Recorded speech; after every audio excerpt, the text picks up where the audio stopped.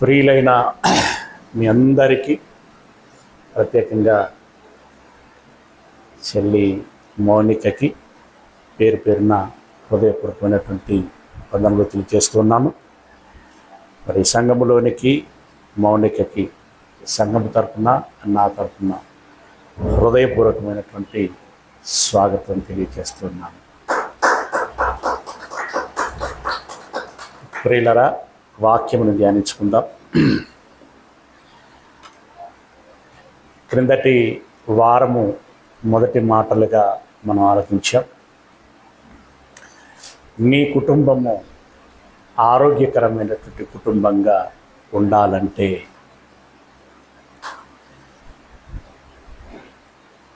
కొన్ని మాటలని మనము గమనించి, మొదటిది దేవుణ్ణి ప్రేమించాలి, ఆరాధించాలి. రెండవది తల్లిదండ్రులని సన్మానించాలి. మూడవది భర్త తన భార్యని ప్రేమించాలి. నాలుగవది భార్య తన భర్తకి లోబడి ఉండాలి. ముఖ్యంగా పురుషుడు తన తల్లిదండ్రులను విడవటం అంటే ఏంటి అనేటువంటి బహుశా ఆ సున్నితమైనటువంటి ఆ సూక్ష్మమైనటువంటి విషయాన్ని ఎవరు ఆకలింపు చేసుకోలేదేమో, మేబీ ఎవరు దాన్ని చెప్పలేదేమో అనిపిస్తూ ఉంటుంది. ఆ విషయాన్ని మాట్లాడుకుందాం.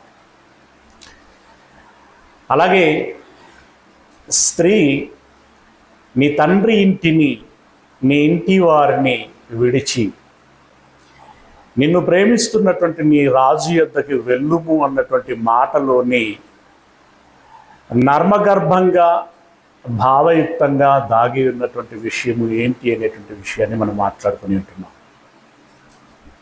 ప్రియులరా, ఆ విషయాలకి కొనసాగింపుగా మన ముఖ్యంగా నూతనముగా జతపరచబడినటువంటి దంపతులైనటువంటి కుటుంబము ఆరోగ్యకరంగా ఉండాలంటే ఏం చెయ్యాలి? విషయాన్ని చదివి ఉండటం వేరు, ఏదో వ్యాపకములో ఉండి వినటం వేరు.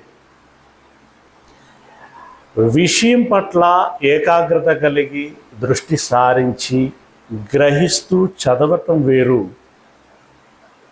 చదివిన తర్వాత దానిని జ్ఞాపకం ఉంచుకొని సందర్భానుసారముగా దానిని అన్వయించుకోవటము వేరు. అన్వయించుకోనంత కాలం జ్ఞాపకం చేసుకోవలసినటువంటి అవసరత ఉంటుంది. పునర్విమర్శన అని అంటాం. దాన్ని పునర్జ్ఞాపకము చేసుకోవలసినటువంటి ఆవశ్యకత ఉంటుంది. ఇదివరకే విన్నదే కదా, చదివిందే కదా, ఇది పెళ్ళిళ్ళలో మాట్లాడుకునేటువంటి విషయాలే కదా. నేను మొదటి పాఠంలోనే చెప్పాను, పెళ్ళిళ్ళలో వివాహ సంబంధమైనటువంటి పాఠం చెప్పబడుతుంది ఎంతో కొంత, అంతా చెప్పలేరు. ఆ ఎంతో కొంత వినటానికి కూడా అక్కడ మొట్టమొదటిగా ఏముంటుంది? సందడి ఉంటుంది.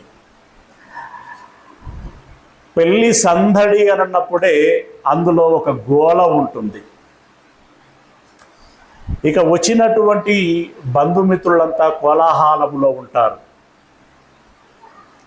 వాళ్ళను వీళ్ళను పలకరించుకోవటం, వీళ్ళను వాళ్ళు పలకరించుకోవటం, ఇక రకరకాలైనటువంటి వస్త్రాల గురించి మాట్లాడుకుంటారు, మంచి చెడుల గురించి మాట్లాడుకుంటూ ఉంటారు.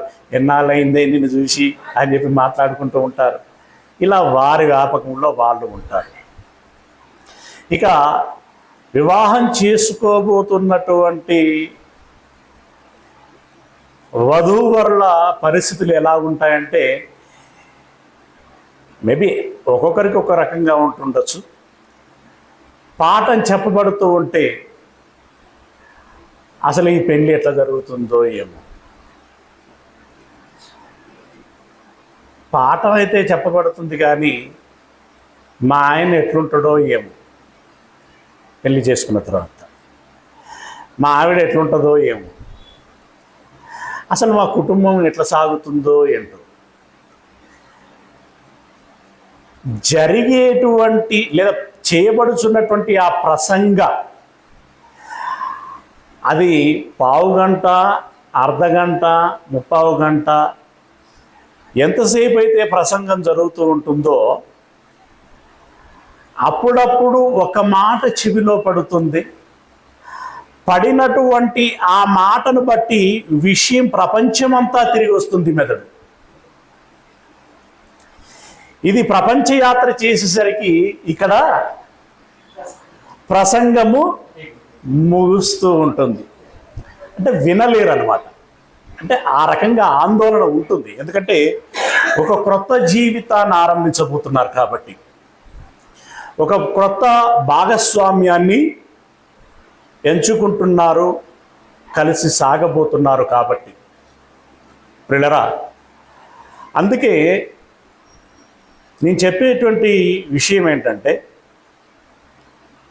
ఈ వివాహానికి సంబంధించినటువంటి ఉక్తులు ఏవైతే ఉన్నాయో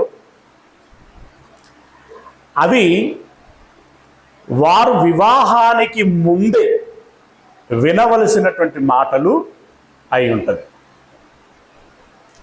వివాహానికి ముందే ఈ పాఠాలన్నీ విని మానసికంగా సిద్ధపడి వివాహము చేసుకోవలసినటువంటి వారు అయి ఉంటారు. కనుక వినాలి, దాన్ని ఎరుగాలి, ఆ ప్రకారంగా జీవించాలి. అప్పుడు మన కుటుంబము ఆరోగ్యకరమైనటువంటి కుటుంబంగా ఉండటానికి దోహదం చేస్తుంది. ప్రియులారా, చూద్దాం ఎంతగా దాన్ని గమనించాలి అంటే,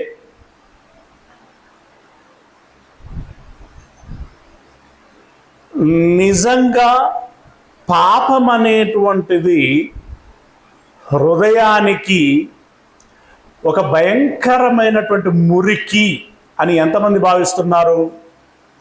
మేబీ అందరూ భావిస్తున్నారు అనుకుంటున్నాను. పాపం అనేటువంటిది హృదయానికి ఒక భయంకరమైనటువంటి మురికి. మురికి అంటే అర్థం ఏంటి? పాపం. పాపం. ఈ పాపపు యొక్క పర్యవసానం ఎలాగుంటుంది? పరలోక సంగతి అలా ఉంచండి, ముందుగా భూమి మీద ఎలాగుంటుంది? పాపం వలన పర్యవసానం ఎలాగుంటుంది? ఏమంటే గతంలో మనం మాట్లాడుకుంటున్నాం, ఒక దొంగతనము అని అంటే దాని పర్యవసానం ఎలాగుంటుంది అనేటువంటి విషయాన్ని మాట్లాడుకున్నాం. ఎంతమంది జ్ఞాపకం ఉందో లేదు, ఓకేనా? ఒక హత్య, దాని పర్యవసానము, దాని వెనకాల ఒక కుటుంబం, ఆ కుటుంబ సభ్యులు పడేటువంటి వేదన, దాని తీవ్రత ఎంతగా ఉంటుంది అనేటువంటి విషయాన్ని మనం ఆలోచించాం. అలాగే వ్యభిచారము, హత్యాచారము, అబద్ధములాడటం, మోసం చేయటం తదితరమైనటువంటి పాపపు విషయాలను బట్టి భౌతికంగానే ఈ లోకంలో, ఈ శరీరంలో ఉన్నప్పుడే ఎన్నో కుటుంబాలు, ఎంతోమంది వ్యక్తులు వారి జీవితాలు దుర్బలమయ్యేటువంటి ప్రమాదము ఉంటుంది. చూస్తే బాధేస్తుంది, హృదయ విరాయకరంగా ఉంటుంది, అయ్యో అని అనిపిస్తూ ఉంటుంది. అయినా ఏం చేయలేనటువంటి పరిస్థితులు కొన్ని ఉంటాయి. అంటే ఇందాక మనం చెప్పుకున్నటువంటి ఆ దొంగతనాన్ని బట్టో, హత్యను బట్టో, హత్యాచారాన్ని బట్టో ఒక ఆవిడ లేదా ఒక అతను మనసు చెదిరి, అంటే పిచ్చివాడై, అంతవరకు కుటుంబంలో ఒక యాక్టివ్ పర్సన్గా ఉండి బాగా చదువుకున్నటువంటి వాడుగా ఉండి, మంచి ఉద్యోగం చేస్తున్నటువంటి వాడుగా ఉండి, కుటుంబానికి పెద్ద దిక్కుగా ఉండి, అన్ని విధాలుగా నడిపించుకుంటున్నటువంటి వాడు జరిగినటువంటి సంఘటనలు బట్టి ఒక్కసారిగా మనసు చెదిరి పిచ్చివాడై రోడ్లు పట్టుకొని తిరుగుతుంటూ రాళ్ళు రప్పలు ఏరుకుంటూ తిరుగుతూ ఉంటే కుటుంబ అవసరాలు తీరక కుటుంబము దౌర్బల్యములో పడిపోతూ ఉంటుంది. ఇతని పరిస్థితి చూస్తూ ఉంటుంటే అయ్యో ఏంటి ఈయన పరిస్థితి అని చెప్పి అనిపిస్తూ ఉంటుంది. ఏమైనా చేద్దామా అనంటే మనం ఏం చేసినా కూడా అది కుదరకపోతే దాని పరిస్థితి ఎలా ఉంటుందో ఒకసారి ఆలోచించండి. ఇది పాపం మూలంగా ఉదాహరణకు మాట్లాడుకుంటున్నాం మనం. ఇట్లా అనేకము ఉంటాయి. పాపం మూలంగా ఈ లోకములో భౌతికంగానే ఈ శరీరములో ఉన్నప్పుడే మనం ఎదుర్కొనేటువంటి సమస్యలు ఇవి. మనం ఎదుర్కోవచ్చు, అంటే లోకం మూలంగా మనం ఎదుర్కోవచ్చు, లేదంటే మన మూలంగా అంటే మనం పాపలమైతే మన మూలముగా లోకము ఈ సమస్యని ఎదుర్కోవచ్చు. ఇక ఆత్మ సంబంధమైన పరలోక సంబంధమైనటువంటి విషయం అనంటే పెద్దగా వివరించాల్సినటువంటి అవసరం లేదు. పరిశుద్ధుడైనటువంటి ఆ దేవుడు తన దగ్గరికి ఎవరిని చేర్చుకోవాలని ఆలకిస్తున్నాడు అనంటే పరిశుద్ధులైనటువంటి వారిని మాత్రమే చేర్చుకోవాలని అభిష్టము కలిగి ఉన్నాడు. మరి పరిశుద్ధులైనటువంటి వారినే చేర్చుకోవాలనేటువంటి అభీష్టము కలిగినటువంటి వాడుగా ఉంటే మరి పాపులైనటువంటి వారి యొక్క పరిస్థితి ఏంటయ్యానంటే ఒక మాటలు మనకు తెలిసిందే. అదేంటి? నిత్య నరకములోనికి వెళ్ళాలి. అగ్ని ఆరదు, పురుగు చావదు. అయ్యా అని ఆర్తనాదం పెట్టినటువంటి ధనవంతుడి యొక్క కేకలే మనల్ని భయకంపితులను చేస్తూ ఉంటుంది. ఇంత దుర్బలంగా ఉంటుందా, ఇంత తీవ్రంగా ఉంటుందా అని. అంటే పాపం యొక్క పర్యవసానం ఇహలోకములో ఉంటుంది, పరలోకములో ఉంటుంది. పరలోకం అంటే కేవలం మనకు మైండ్లో ఫిక్స్ అయిపోయినటువంటి విషయం ఏంటంటే దేవుడున్న లోకం అని. పాతాళ లోకం కూడా మనకు పరలోకమే. అవునా? కొంచెం ఆ యాంగిల్లో అర్థం చేసుకుంటే ఓకే. పాతాళ లోకంలో అంత భయంకరమైనటువంటి పరిస్థితి ఉంటుంది. అలాంటి భయంకరమైనటువంటి పరిస్థితుల్లోనికి నరకం విషయంలో కానీ భౌతిక విషయంలో కానీ వెళ్ళకూడదు అని ఆ పాపం యొక్క తీవ్రత ఏంటో తెలుసుకోవాలి, పాశ్చాత్తాప పడాలి, మారు మనసు నొందాలి, పరిశుద్ధులు అవ్వాలి అనేటువంటి ఉద్దేశంతో ఆ ఏకైక లక్ష్యముతో యేసుక్రీస్తుల వారు ఈ లోకములోనికి శరీరాన్ని ధరించుకొని వచ్చారు. అవునా? వచ్చారు. ఇప్పుడు ఒక మాట, యేసుక్రీస్తు దేవునికి ప్రథమ కుమారుడు.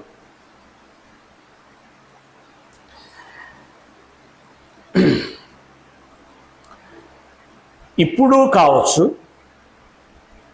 దీనికంటే ముఖ్యంగా గతములో కావచ్చు. అంటే మన ఈ 25, 30, 35 సంవత్సరాల మరి నాలాంటి అన్నలాంటి వయసు వారిని ఆలోచిస్తే 48 అన్నది 52 ఏమన్నట్టున్నాడు. 52 సంవత్సరాల ఈ కాలంలో మనము మన అమ్మా నాన్నల మాటలను విన్నామా? ఎప్పుడైనా దాన్ని ధిక్కరించామా?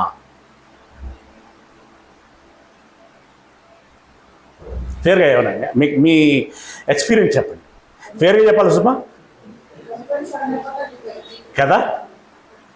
కొన్ని సందర్భాలలో ధిక్కరించాం.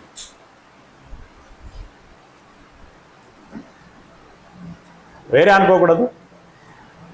మీ దైవజనుడి మాట విన్నారా, ధిక్కరించారా? మీ దైవజనుడు ఎవరైతే ఆయన విన్నారా, ధిక్కరించారా? మీరు ఇట్లా అంటే విన్నా అంటున్నారా, వినలేదంటున్నారా? కొన్ని సందర్భాలలో విన్నాం, కొన్ని సందర్భాలలో ధిక్కరించాం. Very good. హానెస్ట్గా చెప్తున్నందుకు సంతోషం. ఓకే, అందరూ మాట్లాడాలి. ప్రదీప్ లాంటి వ్యక్తి ఏం చేస్తున్నాడంటే చూద్దాం వెయిట్ అండ్ సీ. ఎందుకంటే మనము ఓపెన్ అవ్వటం మూలంగా రెండు లాభాలు ఉన్నాయి. మనల్ని మనము దాచుకోకుండా దేవుడికి, సంఘానికి వెల్లడి చేస్తున్నాం. మొదటిది, వెల్లడి చేయటం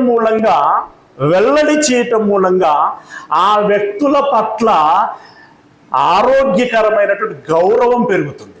ఎస్, ఇది గుర్తెరిగారు, ఇది గుర్తించారు, ఇంక్లూడింగ్ మీ, నాతో పాటు ఇది గుర్తించారు. నేను ఒప్పుకున్నప్పుడు మీకు నా పట్ల గౌరవం పెరుగుతుంది. మీరు ఒప్పుకున్నప్పుడు మీ పట్ల నాకు గౌరవం పెరుగుతుంది. ఓకే, అంటే మనం రెండు విషయాలు, జీవకైతే మంచిగా చెప్పింది, ధర్మన్న కూడా కొంచెం చెప్పాడు, మిగతా వాళ్ళు కొంచెం తలలు ఊపారు. అదరేకి వేస్తున్నారా? ఓకే, సంతోషం. అయితే అప్పుడప్పుడు చాలా సందర్భాల్లో తల్లిదండ్రుల మాట విన్నారు, అప్పుడప్పుడు వినలేదు. దైవజనుడి మాట 50-50 కావచ్చు, విన్నారు మరియు వినలేదు. ఇప్పుడు స్ట్రైట్ క్వశ్చన్, ఇక మధ్యలో ఏం సాగదీయాలనుకోవట్లేదు, ఉన్నారు ఇంకా స్టెప్స్ ఉన్నాయి, కానీ అదంతా కాదు. దేవుడి మాట మీరు ఎరిగిన నాట నుండి ఈ క్షణం వరకు అన్ని సందర్భాలలో విన్నారా? అప్పుడప్పుడు పక్కకు పెట్టేశారా? అప్పుడప్పుడు దేవుని మాట ఎక్కువ? Very good. అంటే మేబీ 70-80% దేవుని మాటని భయం. ఎట్లే ఈ మాట మాట్లాడుతా అంటేనే నాకు మధ్యలో కొంచెం ఇట్లా లబ్దబ్ అనేటువంటి ఒక లోన ఆ టచింగ్ ఏర్పడింది. అసలు దేవుని మాటను ధిక్కరించడం అంటే ఇంకేమైనా ఉందా? ఎంత ధైర్యం ఉంటే దేవుని మాటను మనం ధిక్కరిస్తాం? లేదా ఎంత స్పృహ లేకుంటే దేవుని మాటను ధిక్కరిస్తాం? ఇది తీవ్రమైనటువంటి విషయం కదా. ఓకే, గమనించుకోవాలి. ఇవన్నీ ఏంటంటే మనల్ని మనం స్పృశించుకోవటం, అంటే ఆ విషయాన్ని ఆలోచించటం, మనకి మనం అప్లై చేసుకొని దాన్ని రెక్టిఫై చేసుకునేటువంటి ప్రయత్నం చేయటం. అదే కదా వాక్యంతో మనం ప్రతిదినం చేయాల్సింది, రెక్టిఫై చేసుకో. ఇక రెక్టిఫై చేసుకోకపోతే జీవితంలో మనల్ని ఎవ్వరూ బాగు చేయలేరు. It is true, right. ఇప్పుడు దేవుని యొక్క ప్రథమ కుమారుడు యేసయ్య, ఆయన కూడా మన వలనే ఏం ధరించాడు? ఏ శరీరాన్ని? బలహీనమైన, మర్చిపోకూడదు పాయింట్, ఇంపార్టెంట్. కొన్ని వర్డ్స్ మనం ఓవర్టేక్ చేస్తూ ఉంటాం, అంటే దాన్ని టచ్ చేయం. మన వల్లనే బలహీనమైన శరీరానికి బలహీనతలు ఏముంటాయి చెప్పండి? మోకాళ్ళ అరుగుడు గురించి, కండరాల నొప్పిని గురించి, తలనొప్పిని గురించి మాట్లాడకండి. అఫ్కోర్స్ అది ఒక బలహీనతే, అది చిన్నది నా దృష్టిలో. కానీ శరీర బలహీనతలు ఏముంటాయి చెప్పండి కదా? అది భయంకరమైన బలహీనం. అది ఆ నేత్రాశ ఏంది, ఆ శరీరాశ ఏంది, ఆ జీవపు డంబం ఏంది, ఈ 3 పదాలే చెప్పాడు. కానీ అందులో చాలా రంగరిస్తే వంట వండినట్టే ఉంటుంది. అది అంత భయంకరమైనటువంటి, దానికి భావోద్వేగాలు ఉంటాయి. సంతోషము, దుఃఖము, ఈ పొగిడితే పొంగిపోవటం, తెగుడితే కృంగిపోవటం, ఇలాంటి మనోభావాలు అని అంటాం. ఇవన్నీ ఉంటాయి. అలాంటి బలహీనమైన శరీరాన్ని ఆయన కూడా ధరించుకున్నాడు. ఆయన బలహీనుడు కాసుమా? ఆయన శరీరం బలహీనమైనటువంటిది, మన వలె బలహీనమైనటువంటిది. అయినప్పటికీ ఆయన మాత్రం ఏ పాపం చేయకుండా ఉన్నాడు అనేటువంటిది అక్కడ ఉంటుంది. అలాంటి బలహీనమైన శరీరమును ధరించుకొని వచ్చినటువంటి ఆయన ఎందుకు వచ్చాడు? వచ్చిన దాని విషయంలో ఆయనకున్నటువంటి కమిట్మెంట్ ఎంత, దానిని నెరవేర్చినటువంటి దాని విషయంలో హానెస్ట్ ఎంత?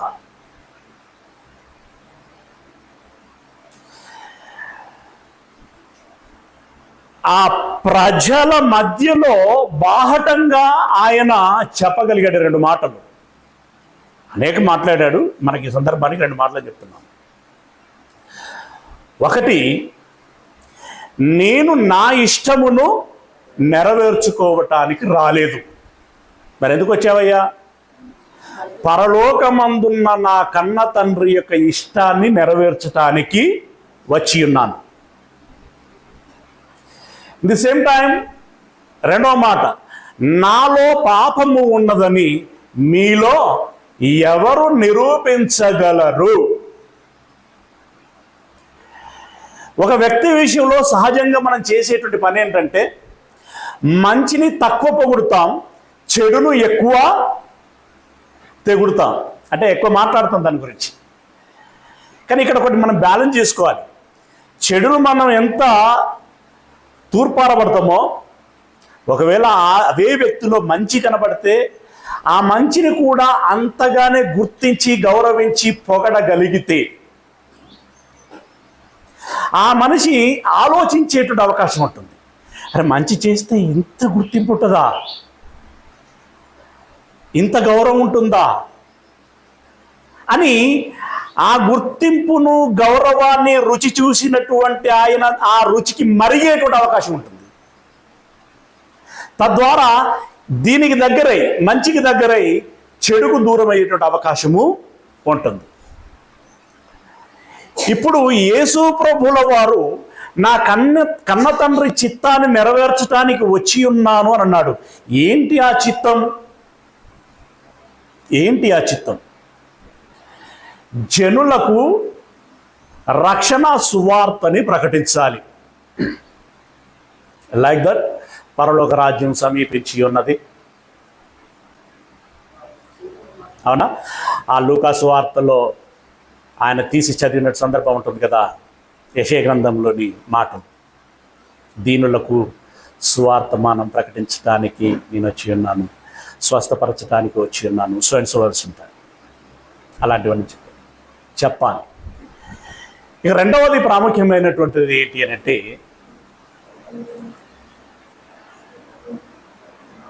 నా పిల్లలైనటువంటి వారిలో పాశ్చాత్తాపము కలుగులాగున, అంటే పాప విమోచన కలుగులాగున నీవు సిలువలో మరణించాలి. అంటే రఫ్గా షార్ట్కట్ లాంగ్వేజ్లో మాట్లాడాలంటే, నీవు రక్తార్పణము చేసి ఈ రక్తము ద్వారా లోకుల హృదయాలలో ఆ నల్లని గుండెల్లో దాగి ఉన్నటువంటి మకిలిని కడగాలి అని అన్నాడు. అంతే కదా, రఫ్గా మనం చెప్పుకోవాలంటే. కొన్ని క్లీన్ చేయడానికి కొన్ని లిక్విడ్లని, లేదంటే కొన్ని పదార్థాలని వాడుతూ ఉంటారు. ఇప్పుడు ఈ గుండెలో హృదయంలో దాగి ఉన్నటువంటి మకిలిని కడగాలంటే అక్కడ యేసయ్య రక్తం మాత్రమే కడగగలదు. ఇక దానికి ఆయనకున్నటువంటి అర్హత ఏంటి అంటే అదొక పెద్ద సబ్జెక్టు, దాన్ని మళ్ళీ ఎప్పుడైనా మాట్లాడుకుందాం. యేసయ్య రక్తం అంటే నీ రక్తం ద్వారా కడగాలి అని అన్నాడు. అది చిన్న విషయం కాదు, చాలా పెద్ద విషయం. ఎంత పెద్ద విషయం అంటే, అయ్యా ఇలా కడగడానికి మరో సోర్స్ ఏమైనా ఉంటే చెప్పండి అయ్యా అని అన్నాడు యేసయ్య. ఎప్పుడు? తీర రక్తాన్ని ఒలకించబోయేటప్పుడు. మీకు తెలిసిందే కదా, అంటే అది ఎంత తీవ్రమైంది ఒకసారి అర్థం చేసుకోండి. అయినా లేదు, నా రక్తార్పణము ద్వారానే గుండెలు కడగబడతాయి అని అంటే, మీ చిత్తం చొప్పునే నేను కడుగుతానయ్యా అని అన్నాడు. ఇక్కడ యేసు ప్రభుల వారి యొక్క నిజాయితీని మనం అర్థం చేసుకోవాల్సి ఉంది. అంతేకాదు సమర్పణ, త్యాగము, ప్రేమ వగైరా వగైరా ఎంత పీక్లో ఉన్నాయి అనేటువంటి విషయాన్ని మనం అర్థం చేసుకోవాలి. పిల్లరా, ఆ విషయాన్ని ఇప్పుడు ఇక్కడ ఈ ఎఫ్ఎస్సి పత్రికలో ఏమండి ఇవన్నీ పెళ్లిళ్ళలో మాట్లాడాలంటే కుదరదు కదా. ఇంతసేపు మాట్లాడిన పెళ్లిలో మాట్లాడాలా? ఓ సాల్తీ సుత్తి ఆపాలంటాడు ఆయన. పైగా వెనక నుండి ఎద్దును కనుక ముళ్ళు గట్టతోటి పడిచి హై హై అని గెదిగినట్టుగా ఈ అప్పుడు నిర్వాహకుడు ఎవరైతే ఉంటారో ఆయన చెవిలో చెప్తా ఉంటాడు, సార్ భోజనానికి టైం అవుతుంది సార్, సార్ పిల్లలు ఏడుస్తున్నారు సార్, సార్ లేట్ అయిపోతుంది సార్. మామూలుగా వాళ్ళు అనకముందే మనకు తొందర,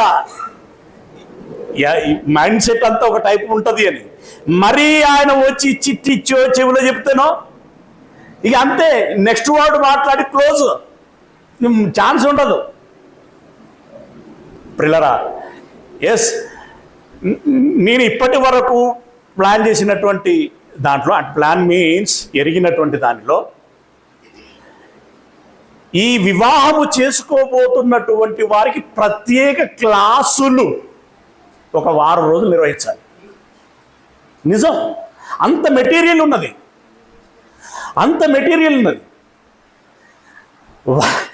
వారం రోజులు చెప్పాల్సిన పాఠాలు ఆ పెళ్లిళ్ళలో, ఆ హడావిడిలో ఓ పావు గంట చెబితే అది ఎటు సరిపోతుంది? సరిపోదు. ప్రిల్లరా, రైట్, ఏం చెప్తున్నాడు? 5వ అధ్యాయము, ఎఫ్ఎస్సీలో రాసిన పత్రిక 5వ అధ్యాయము 27వ వచనం. క్రీస్తు కూడా సంఘమును ప్రేమించి, అంతే కదా, జనాలను ప్రేమించి అందని అర్థం. ఆ సంఘము ఇప్పుడు పరిశుద్ధ సంఘం, కానీ అంతకుముందు ఏం సంఘం అది? కలంకము కలిగినటువంటి వారు. కలంకమైనను ముడత అంటే వీటిని ఎట్లా అర్థం చేసుకుంటున్నారు? కలంకం అంటే అర్థమైపోయింది. ముడత అంటే ఇస్త్రీ చేయక ముందు బట్ట ఉంటుంది చూడు, అట్లా అనుకుంటున్నారా? అంటే దాని అర్థం ఏంటంటే ఫేర్గా లేదు, ఏమంటే వంకర టింకరగా ఉంది, ఆరోగ్యంగా అంటే అంగవైకల్యం అంటారు చూడు, ఆ వైకల్యంతో ఉన్నది. ఆ ముడత అయినను అలాంటిది మరి ఏదైనను ఇక స్టూడెంట్స్ ఏదైనను లేక పరిశుద్ధమైనది గాను నిర్దోషమైనది గాను మహిమగల సంఘము గాను ఆయన తన ఎదుట ఆ సంఘమును నిలవబెట్టుకొనవలయునని వాక్యముతో ఉదక స్నానము చేత దానిని పవిత్రపరచి పరిశుద్ధపరచుటకై దాని కొరకు తన్ను తాను అప్పగించుకొనెను. కలంకము ఉన్నటువంటి ఆ సంఘాన్ని, ముడత ఉన్నటువంటి ఆ సంఘాన్ని, అంటే ఇది పరిశుద్ధ సంఘంగా, క్రైస్తవ పరిపూర్ణ సంఘంగా మారక మునుపు ఉన్నటువంటి స్థితిని గురించి మాట్లాడుతున్నాడు ఇక్కడ. అది కలంకం కలిగింది ఒకప్పుడు, అది ముడత కలిగింది ఒకప్పుడు, ఇంకా అనేకమైనటువంటి రుగ్మతలు ఉన్నాయి. వీటన్నిటినీ శుద్ధి చేయాలని, శుద్ధి చేయటమే కాదు చూడండి, బట్టలను పిండిన తర్వాత మంచి వాసన వస్తాయి, సువాసన. రెండవది, ఇస్త్రీ చేసిన తర్వాత చూడడానికి చాలా నీట్గా కనిపిస్తాయి, అవునా? తర్వాత గుండీలు పోతే, హుక్స్లు పోతే, పెట్టుకోకపోతే ఎలా ఉంటాయి, పెడితే ఎలా ఉంటాయి, ఆ డిఫరెన్స్ మనకు తెలుసు. ఇలా ఎలాంటిది ఉన్నా కూడా దాన్ని అలా సరి చేసుకుంటే అది బాగుంటుంది కదా. అలాగే ఈ కలంకము, ముడత ఉన్నటువంటి ఈ ప్రజలను దాని నుండి బయటపడేసి ఎలాంటి వారినిగా తయారు చేసుకోవాలనుకున్నాడట? పరిశుద్ధమైనది. Very clean. బాగుంది. ఎంత బాగుంది అంటే తల మెరిసిపోతున్నది. భూతద్దం పెట్టి చూసి వెతికినా ఒక్క రేణువు కూడా కనబడదు. చాలా బాగుంది. పరిశుద్ధమైనదిగాను, నిర్దోషమైనదిగాను, అంటే నిర్దోషమైనటువంటిది అంటే ఎవరు నేరారోపణ చేయకుండా. మూడవది మహిమ. అంటే ఇది ఒక ఘనత, ఒక గొప్ప స్థితి, ఒక ఉన్నతమైనటువంటిది. రైట్? అలాంటి స్థితిలోనికి వారిని తీసుకురావాలని అంటే 3 విషయాలు ఇక్కడ ప్రస్ఫుటంగా చెప్పాడు. పరిశుద్ధమైనది గాను, నిర్దోషమైనది గాను, మహిమగల సంఘము గాను ఆయన తయారు చేసుకోవాలని ఏం చేశాడట? వాక్యం అనేటువంటి ఉదక స్నానం చేత దాన్ని కడిగాడు, శుద్ధి చేశాడు. ఇది ఎవరి కోరిక మేరకి? కన్న తండ్రి అయిన దేవుని కోరిక మేరకి కుమారుడైనటువంటి యేసయ్య ఈ లోకములోనికి వచ్చి చేసినటువంటి మొట్టమొదటి పని. రైట్. ఇప్పుడు దీన్ని దేంతో పోల్చాడు అంటే సంఘమును వధువు అని అన్నాడు. అర్థం చేయించడానికి సుమైది. సంఘానికి యేసయ్యకు ఏదో పెళ్లి చేయటం, వాళ్ళు కాపురం చేయటం, ఇది భౌతికంగా మనం అనుకుంటున్నట్టుగా ఆ రకంగా ఏముండదు. ఈ అన్యోన్యతను గురించి చెప్పడానికి మాత్రమే వాడినటువంటి పదం. అయితే ఇక్కడ గమనించాల్సిన విషయం ఏంటంటే యేసయ్య ఒక స్త్రీని ఇష్టపడ్డాడు. కేవలం ఈ మాట మాత్రమే వింటే బయట వాళ్ళు ఎలా మాట్లాడుకుంటారు? ఆ స్త్రీ పేరేం పేరు? సంఘం. అయితే చూస్తే బాగలేదు ఆమె. ఓ స్నానం లేదు, బ్రషింగ్ లేదు, మురికి బట్టలు, చెమట వాసన, దుర్బలంగా ఉంది. కానీ ఆమె అంటే ఇష్టం ఆయనకి. ఏం చేశాడట ఆ వ్యక్తి? టూత్పేస్ట్ అది బ్రష్ తీసుకొని పేస్ట్ పెట్టి ఆయనే పండ్లు తోమి టంగ్ క్లీనర్ పెట్టి క్లీన్ చేసి అలా నోరు క్లీన్ చేసి ఒళ్ళు క్లీన్ చేసి కొత్త బట్టలు తీసుకొచ్చి తొడిగి ఇప్పుడు బాగున్నా, వెరీ గుడ్, శబాష్, ఇట్లాగే ఉండాలి అని చెప్పి ఆయన ఆమెను వివాహము చేసుకున్నాడు. బాగలేనిది ఎవరు? ఆమె. బాగు చేసుకున్నది ఎవరు? ఆయన. ఎందుకు? ప్రేమించాడు, వివాహం చేసుకోవాలని ఆ పని చేశాడు. దీనిని అర్థం చేసుకుంటే ఇందులో చాలా డెప్త్ ఉన్నది కదా, చాలా డెప్త్ ఉంది. నేరాల ఘోరాల గురించి, ప్రపంచంలో ఉన్నటువంటి ఆ దుర్బలమైనటువంటి పరిస్థితి గురించి ఆలోచిస్తే అది ఎంత రొచ్చండి, అది ఎంత మురికండి, అది ఎంత వామిటింగ్ సెన్సేషన్ తీసుకొస్తుందండి. అంత భయంకరమైనటువంటి సమాజాన్ని యేసయ్య తన రక్తం చేత కడుక్కోవాలని ప్రయత్నం చేశాడు, వాక్యం చేత ఉతకాలని ప్రయత్నం చేశాడు. అవునా? ఇప్పుడు ఇది చెప్పి ఏం చెప్తున్నాడు ఒక భర్తకు అని అంటే 27వ వచనం నుండి చదువుదాం. 27 భర్తకు చెప్తున్నటువంటి విషయాన్ని ఎక్కడ చదువుదామనంటే 25వ వచనం. పురుషులారా, మీరును మీ భార్యలను ప్రేమించుడి. ఎలా? యేసయ్య సంఘమును ప్రేమించినట్టుగా.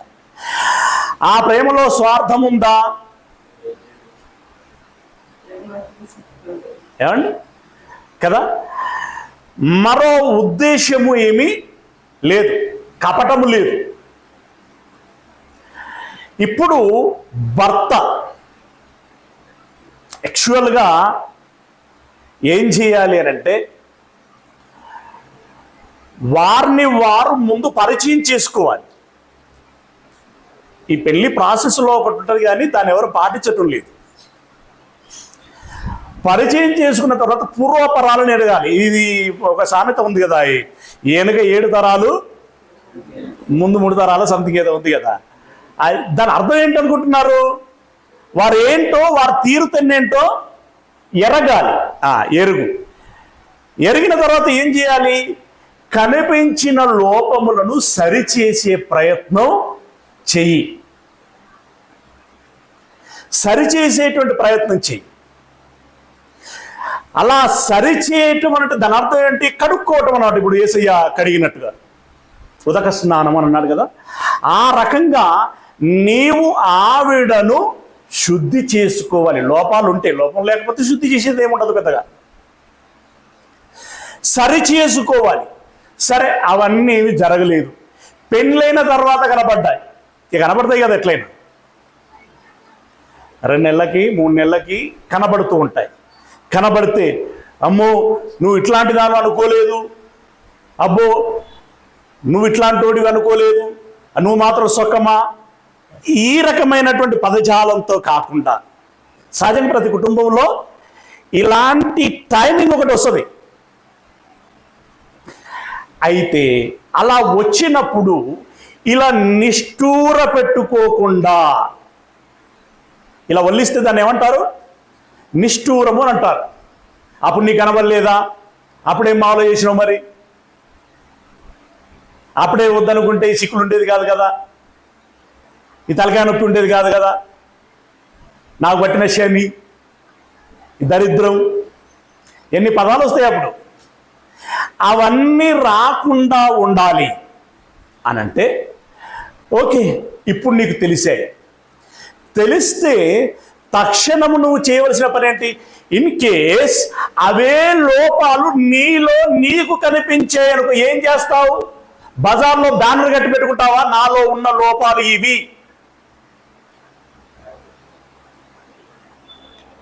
ఏం చేస్తావు? ఒకవేళ నీకే వెగట్టుగా అనిపిస్తే, నీ ప్రవర్తన నీకే వెగట్టుగా అనిపిస్తే నెక్స్ట్ మినిట్ నుండి నువ్వేం చేయాలనుకుంటావు? వాటిని సరి చేసుకోవాలి, వాటిని మార్చుకోవాలి అని అనుకుంటావు. అదే దృష్టి నీ జీవిత భాగస్వామి పట్ల నీవు కలిగి ఉండు. ఏవైనా లోపాలు కనిపిస్తే నువ్వేం చేయాలి? నీ బాధ్యత ఏంటి? వాటిని సరి చేసుకోవటం. ఎలా? దేవుని మాటల చేత. అంటే దానికైనటువంటి ఒక విధానం ఉంటుంది, ఒక శైలి ఉంటుంది. ఆ ట్రీట్మెంట్ ఎలా ఏంటి అనేటువంటిది మునుముందు మనం గమనించేటువంటి ప్రయత్నం చేద్దాం. మొత్తానికి భర్త తనను తాను ఎంతగా ప్రేమించుకుంటున్నాడో తన భార్యను కూడా అంతగా ప్రేమించాలి. అంటే సరి చేసుకోవాలి. ప్రేమించటం మీన్స్ ఇక్కడ ఈ సందర్భంలోకి వస్తే సరి చేసుకోవాలి. సరే, ఇక పొట్ట బట్ట వగేరా వగేరా అంటే ఇక సర్వసాధారణమే. మేబీ క్రిందటి వారంలో ఆలకించాం. భార్య ఏం చేయాలి, పురుషుడు ఏం చేయాలి, ఆ విషయాన్ని గమనించాం. రైట్? అలా నీవు నీ భార్యను ప్రేమించగలగాలి అని అన్నాడు.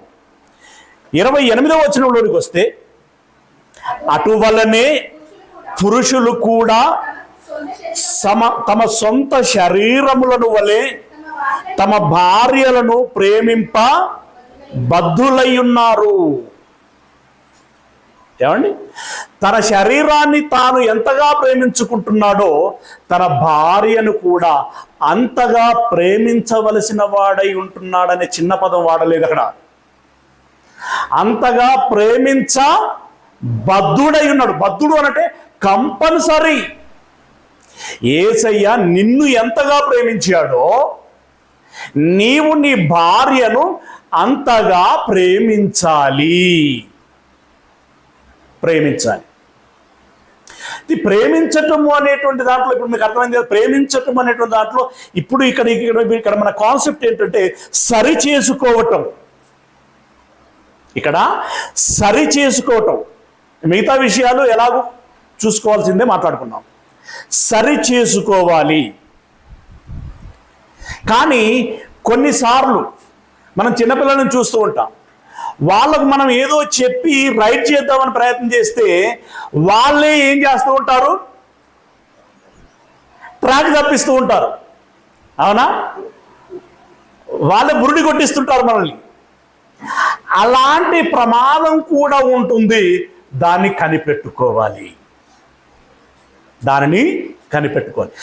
నేను నా జీవిత భాగస్వామిని సరిచేస్తున్నాననుకుంటూ నేనే త్రోవ తప్పుచున్నానా అనేటువంటిది గమనించుకోవలసినటువంటి విషయం. రైట్? నీవు ప్రేమించాలి, ప్రేమించబద్ధుడవై ఉన్నావు. తర్వాత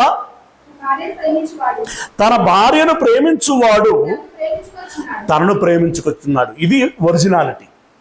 తన భార్యను ప్రేమించిన వాడే తనను ప్రేమించుకున్నట్లు.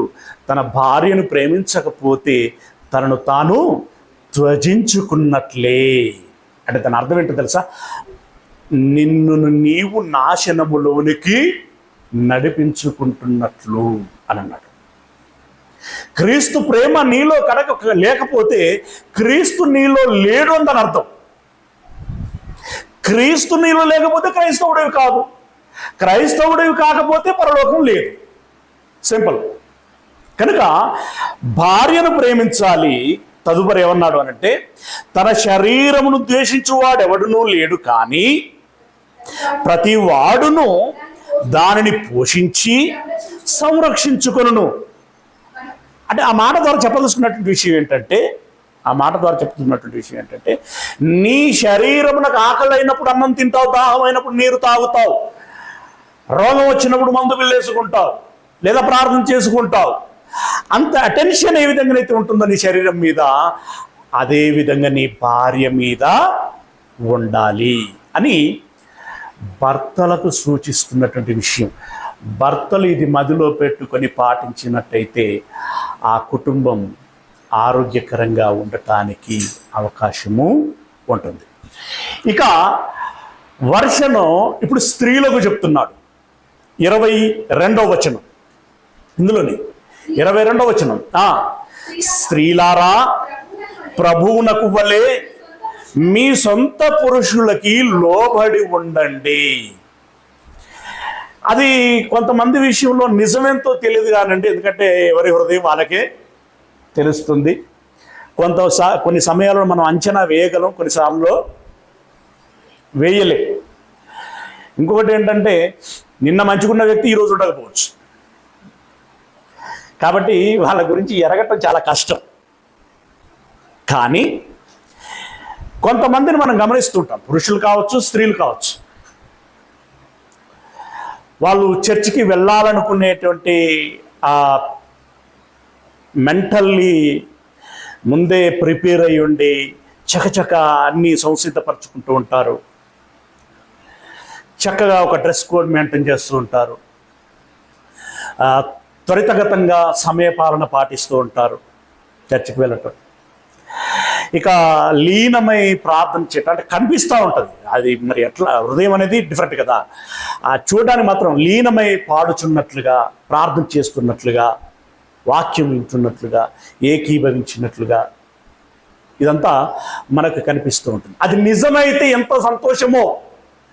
అది నిజమైతే అంటే అందులో నటన లేదు, వేషధారణ లేదు, అది నిజమే, యథార్థమే. అయితే అంతకంటే గొప్ప స్థితి మరొకటి ఉండదు. అది నిజమైతే ఇప్పుడు క్రీస్తుకి ఎంతగా లోబడినట్లు, పరిపూర్ణముగా లోబడినట్లు. కానీ కొంతమంది విషయంలో ఇలా ఇలా ఇలా చూసినప్పుడు ఎంతో భక్తి ఉన్నట్లుగా కనబడతారు. ఇంటికి వస్తే భర్త అంటే లెక్కే ఉండదు. ఇది ఎంత దారుణం. ఇప్పుడు భర్త అంటే లెక్కలేదు, భర్త మాట అంటే లెక్కలేదు, భర్త నా శిరస్సు అనేటువంటి సోయి ఉండదు. భర్త మాటను ఖాతరు చేయరు, భర్తను ప్రేమించరు. చాలామంది విషయాలలో మనకు కనబడేటువంటి విషయం. ఇప్పుడు అలాంటప్పుడు ఇప్పుడు ఇందాక చెప్పుకున్నటువంటి ఉన్నాయి చూడండి, చర్చ విషయంలో వాటన్నిటిని మనం ఏమనుకోవాలి? వేషధారణ అనుకోవాల్సి ఉంటుంది. ఒకవేళ అక్కడ నిజమే అయ్యి ఇక్కడ మాత్రం ఇది కూడా నిజమే అయితే రెండు ఉండొచ్చు, ఉంటాయి కూడా, అవకాశం ఉంది, రెండు ఉండొచ్చు. కానీ ఇప్పుడు ఆమె ఆత్మీయ జీవితంలో పాసా ఫెయిల్ అనంటే ఏం చెప్పగలం? 100% ఫెయిల్. 100% ఓడిపోయినట్లే, విజయం కాదు. అందుకే ఏమన్నా, క్రీస్తు యేసునందు మిమ్మల్ని సంపూర్ణులుగా చేయగోరుచున్నాను. ఆ చేసేటువంటి ప్రయత్నంలోనే పౌలు గారు ఇలాంటి మాటలు రాశాడు. ఏమండి? అలా చేసేటువంటి ప్రయత్నంలోనే రోమపత్రికలు కొన్ని మాటలు రాశాడు, కొరింథీ పత్రికలు ఇంకెన్నో మాటలు రాశాడు, చాలా మాటలు రాశాడు ఆయన. గనుక భార్య ఏం చేయాలంటున్నాడు? ఏం చేయమంటున్నాడు? 22వ వచనం, ప్రభువునకు నువ్వెంతగా లోబడుతావో, అక్కడ నీ సిన్సియారిటీ ఎలాగనైతే ఉంటుందో అలాగే మీ సొంత పురుషులు, అంటే దాని అర్థం ఏంటంటే భర్తకి అని, నీ సొంత పురుషులకి లోబడి ఉండండి. తర్వాత క్రీస్తు సంఘమునకు శిరస్సై ఉన్నలాగున పురుషుడు భార్యకు శిరస్సై ఉన్నాడు. ఏమంటే కాలు చెప్పినట్టుగా తలకాయ ఉంటుందా? తలకాయ చెప్పినట్టుగా కాలు ఉంటుందా? తల చెప్పినట్టుగా ఎవరా? తల చెప్పినట్టుగా కాలు వింటుంది. ఇప్పుడు భర్త అంటే సంఘమునకు శిరస్సు క్రీస్తు అయితే క్రీస్తు చెప్పినట్టుగా సంఘం వినాలి, వింటుంది. అవునా? అలాగే భార్యకి భర్త శిరస్సు అయితే ఇప్పుడు భర్త చెప్పినట్లుగా భార్య వినాలి. అట్లయితే మరి అని కొన్ని ప్రశ్నలు వస్తాయి. దానికి నేను చివరి వారం చెప్పాను. నేను చివరి వారం చాలాసార్లు టచ్ చేస్తున్నాను. దయచేసి వినటువంటి వారు దాన్ని వినేటువంటి ప్రయత్నం చేయండి. మంచి విశ్లేషణ.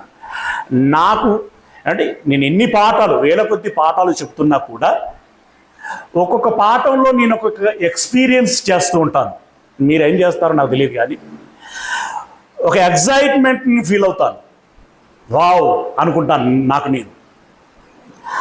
ఆ కొత్త ధనాన్ని నేను గమనించి ఎంజాయ్ చేసేటువంటి ప్రయత్నం చేస్తూ ఉంటాను. రైట్. ఇక్కడ ఇప్పుడు భర్త మొత్తం అంత భర్త రూలింగే, పితృస్వామ్యమే.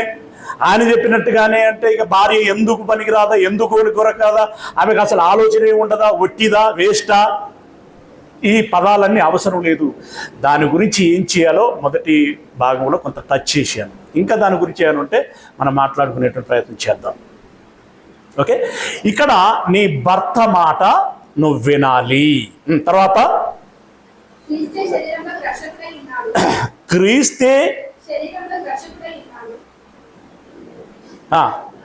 రైట్, క్రీస్తే శరీరమునకు రక్షకుడై ఉన్నాడు.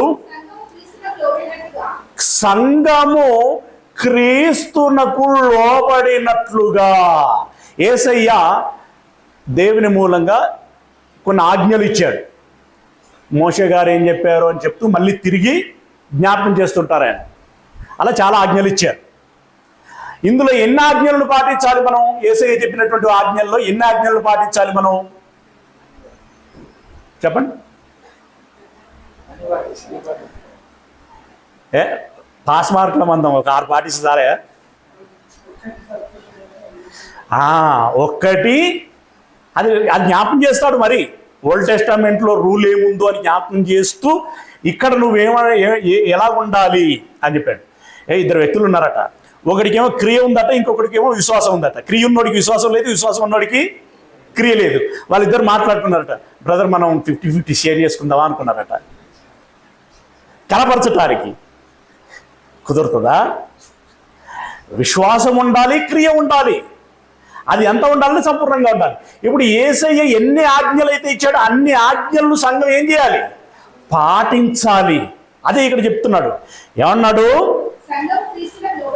సంఘము క్రీస్తునకు లోబడినట్టుగా భార్యలు కూడా ప్రతి ఇక్కడ ప్రతి అన్నప్పుడు కొంచెం సేఫ్టీ కోసం ఒక వర్డ్ యాడ్ చేస్తాను నేను. ఆరోగ్యకరమైన ప్రతి విషయంలోనూ, ఆరోగ్యకరమైన ప్రతి విషయములోనూ తమ పురుషులకు లోబడి ఉండవలయును. అంటే నీ భౌతిక, నీ ఆత్మీయ స్థితి బాగు కోసము, కుటుంబ బాగు కోసము, సంఘ బాగు కోసము భర్త నీకేం చెబితే నువ్వు ఆ మాట వినాలి, ఆ విధంగా లోబడి ఉండాలి అని అన్నాడు. ఇప్పుడు ప్రతి విషయం అంటే ఇప్పుడు చూడండి ఎన్ని విషయాలు వస్తాయి అందులో. ఒక నిర్ణయం తీసుకునేటప్పుడు ఎవరు తీసుకోవాలి?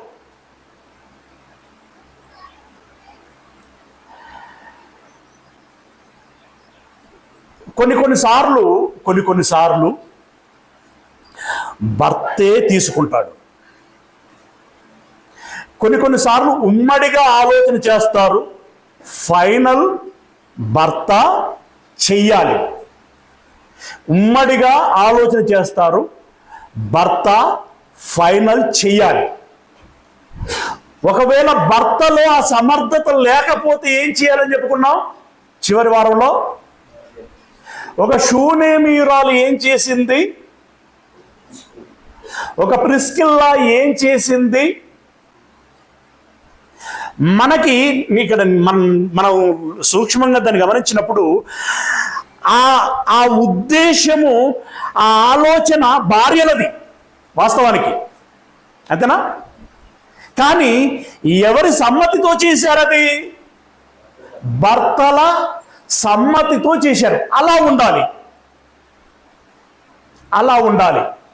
అలా భార్యలు తమ భర్తలకి లోబడుతూ, తమ భర్తలని మెప్పించుకుంటూ వారి యొక్క ఆధ్యాత్మిక జీవితాన్ని, అలాగే భౌతిక కుటుంబ జీవితాన్ని కొనసాగించుకునేటువంటి ప్రయత్నం చేయాలి. ఇవే మాటలు రిపీటెడ్గా ఉంటాయి. ఎక్కువ ఎక్స్ప్లెనేషన్ ఇవ్వను, బట్ కొన్ని మాటలు ఇక్కడ టచ్ చేసుకుని వెళ్దాం. కొలస్సీలో రాసినటువంటి పత్రిక 3వ అధ్యాయము 18వ వచనం. సేమ్ ఉంటాయండి అక్కడిక్కడ. భార్యలారా మీ భర్తలకు విధేయులై ఉండండి. విధేయులు అంటే ఇందాక లోబడి అన్నటువంటి పదంగానే ఉంటుంది. తర్వాత ఇక్కడ సలహా ఏమిస్తున్నాడు? యుక్తి అని అంటాం కదా, యుక్తిగా నడుచుకునవలెను. ఏది యుక్తమట? మీ భర్తలకి లోబడి ఉండుట యుక్తం. ఈ మాటలు వింటుంటే కొంతమంది స్త్రీలకు జీర్ణం కాకపోవచ్చండి. ఏమంటే అందరికి జీర్ణం కావాలంటుందా? మీరు ఇక్కడ ఉన్నోళ్ళంటే బుద్ధిమంతులు, మీరు మంచోళ్ళు కాబట్టి మీ భర్తల మాటలు వింటారు. కానీ బయట ఉన్న వాళ్ళందరూ కూడా వినాలని ఉందా? లేదు కదా. ఇక్కడ యుక్తము అని అన్నాడు అనంటే ఒక విషయాన్ని గమనించండి. ఈ మాట చెబుతున్నది ఎవరు? ఒక పౌలును అలా ఉంచండి, పరిశుద్ధాత్మను ఉంచండి అని అనను. కానీ సరే, ఆయనను కూడా ఉంచుదాం, యేసయ్యను కూడా అలా ఉంచుదాం. ఉంచకూడదు సుమా, కానీ చెప్తున్నా, దేవుడు చెప్తున్నాడండి. దేవుడి కంటే మేధావులు ఈ లోకంలో ఉన్నారా? దేవుని కంటే మేధావులైనటువంటి సంఘ సంస్కర్తలు ఈ లోకంలో ఉన్నారా? దేవుని కంటే మేధావులైనటువంటి ఆదర్శ దంపతులు ఉన్నారా?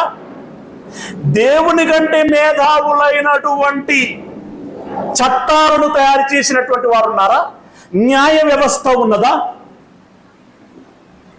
సాంఘిక వ్యవస్థ ఉన్నదా? ఇది దేవుడు తన జ్ఞానం చేత తాను ఇచ్చిన సలహా. ఇది నీవు స్వీకరించుకుంటే నీకు ఆరోగ్యకరం, కాదనుకుంటే నీకు అనారోగ్యకరం. దేవుడు నన్ను ప్రేమించి నా మేలు కోసం తాను సూచించిన సూచన అని గమనించాలి. ఇప్పుడు రమేష్ మాత్రమే చెప్తాడు అన్నట్టు ఆలోచిస్తే అది జీర్ణం కాదు. పౌలు గారు కూడా అదే మొత్తుకున్నాడు. దయచేసి పౌలు మాటలను అనుకునకుండా మీరు దేవుని మాటలను వింటిరి, అందును బట్టి నేను సంతోషిస్తున్నాను. ఎందుకంటే వ్యక్తులను ఆలోచించుకున్నాం అనుకోండి, చిన్నగా అనిపిస్తూ ఉంటుంది మనకి. దేవుడు ఇక్కడ అది యుక్తము, మీ భర్తలకి విధేయులై ఉండుట యుక్తము అని అన్నాడు. తర్వాత భర్తలారా మీ భార్యలను ప్రేమించుడి యాజ్ యూజువల్ అని చెప్పాడు. తర్వాత ఇది వారిని నిష్ఠూర పెట్టకండి. నిష్ఠూరం గురించి ఇందాక టచ్ చేశానే.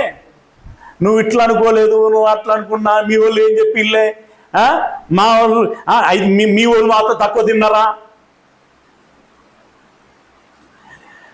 నిన్ను ఎట్లాగా అన్నారే, నిన్ను ఎట్లా పెంచిల్లే, కనీసం టీ కూడా పెట్టరాదా, నీకు కూర అండరాదా, ఉంటాయి కదా చాలా సవాలక్ష విషయాలు ఉంటాయి. నిన్ను చూసినప్పుడు నేను చాలా గొప్ప గొప్పగా వేయించుకున్నాను, కానీ నీకు అసలు ఈ పని చేత కదా, ఆ పని చేత కదా, భార్య భర్తను అనటం, ఇలా సో చాలా ఉంటాయి. అలా నిష్ఠూర పెట్టకండి భర్తలారా మీ భార్యలని. ఎందుకంటే ఇప్పుడు సమాజం మారిపోతున్నది. కానీ ఒకప్పుడు భార్యలు ఎక్కువగా నోరు తెరిచి మాట్లాడేవారు కాదు. తర్వాత చాలా రూడ్గా, చాలా పీక్ స్టేజ్లోకి వచ్చిన తర్వాత అది వేరే ఉండేదిలేండి. కానీ సర్వసాధారణంగా అయితే అంటే భర్తలను పేరు పెట్టి పిలవటానికి కూడా సంకోచించేటువంటి వారు, అవునా? అంటే అలా చాలా విషయాలు ఉండేటువంటివి. అయితే భర్తలు దాన్ని అడ్వాంటేజ్గా తీసుకునేవారు, ఎక్కువ అవకాశంగా తీసుకొని ఎక్కువగా ట్రీట్ చేసేటువంటి, అంటే దాన్ని ఆరోగ్యకరంగా ఆరోగ్యకరంగా కావచ్చు, ముఖ్యంగా అనారోగ్యకరంగా ఎక్కువగా ట్రీట్ చేసేటువంటి వారు. ఈ రకమైనటువంటి విషయాన్ని బట్టి భర్తలకు చెప్తున్నటువంటి మాట ఏంటంటే, మీ భార్యలని ప్రతిదానికి చీటికి మాటికి నిష్ఠూర పెట్టకుడి. తర్వాత పిల్లలకు చెబుతున్నాడు.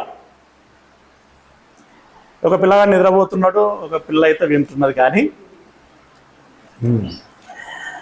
ఈ పిల్లగాని కూడా చెప్తున్నాడు. ఏమంటున్నాడు ఈ పిల్ల? ఓకే రైట్, ముఖ్యంగా వీళ్ళిద్దరు ఏం చెప్తున్నాడు? పిల్లలారా ఏమన్నాడు? మళ్ళీ అన్ని విషయములలో డాడీ నీకు తెలియదు అనేస్తారు. ఒక వయసులోకి వచ్చేసిన తర్వాత ఈజీగా అనేస్తారు.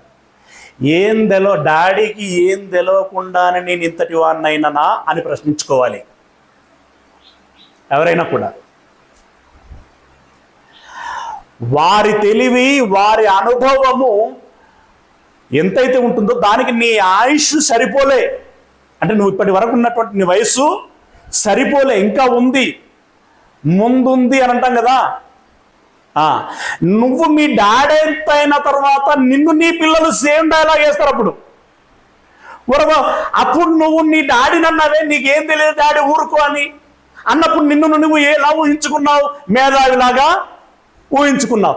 ఇప్పుడు నీ కొడుకు అదే డైలాగ్ నీ మీద అంటే ఇప్పుడు నువ్వు మేధావివా?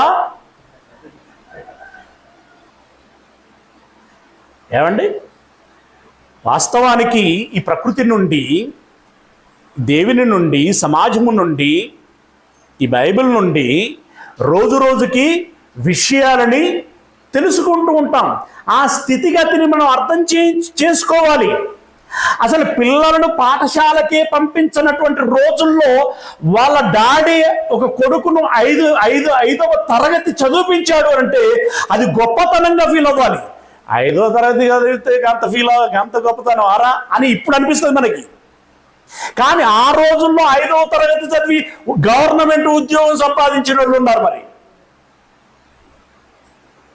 ఏ కాలానికి అది సరిపోతూ ఉంటుంది. ఆ సిచ్యువేషన్ మనం అర్థం చేసుకోవాలి.